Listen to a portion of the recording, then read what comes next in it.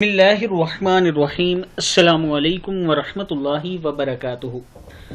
आबिद राजा channel की तरफ से आज मैं अपने दोस्तों को रसूलुल्लाह सल्लल्लाहु अलैहि वआलिहि वसल्लम का एक बहुत ही प्यारा फरमान बताऊंगा।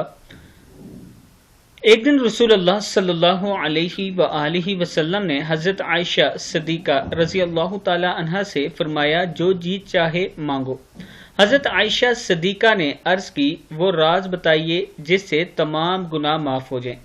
हुज़ूर अकरम सल्लल्लाहु अलैहि वआलिहि वसल्लम ने फरमाया, वो ये राज है कि जब कोई मोमिन किसी दूसरे मोमिन की कांटा चुभने के बराबर तकलीफ रफा करता है यानी दूर करता है तो अल्लाह इसके तमाम गुनाह माफ कर देता है और जन्नत में इसे आला दर्जा मिलेगा।